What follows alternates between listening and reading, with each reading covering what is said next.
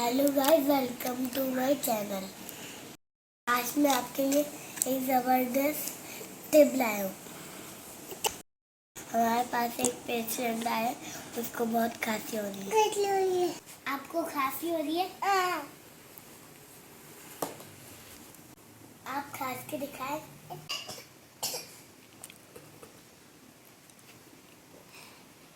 आपको एक टिप बताता हूँ। सरसों का तेल लेंगे और उसको थोड़ा सा गरम कर लेंगे। छोटा हो या बड़ा हो, दोनों ही रेमेडी यूज कर सकते हैं। इंस्टेंट रिलीफ मिलेगा। ये ऑयल है सरसों का।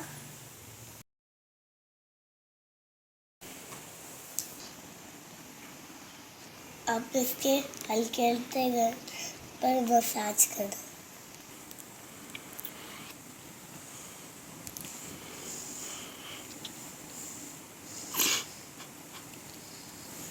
इसके तेल तेल इसके पसलियों में भी लगाना है।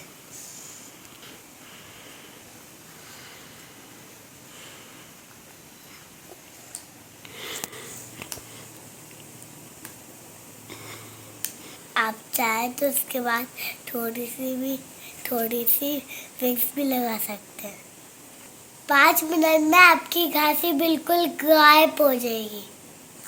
एक जबरदस्त टिप है।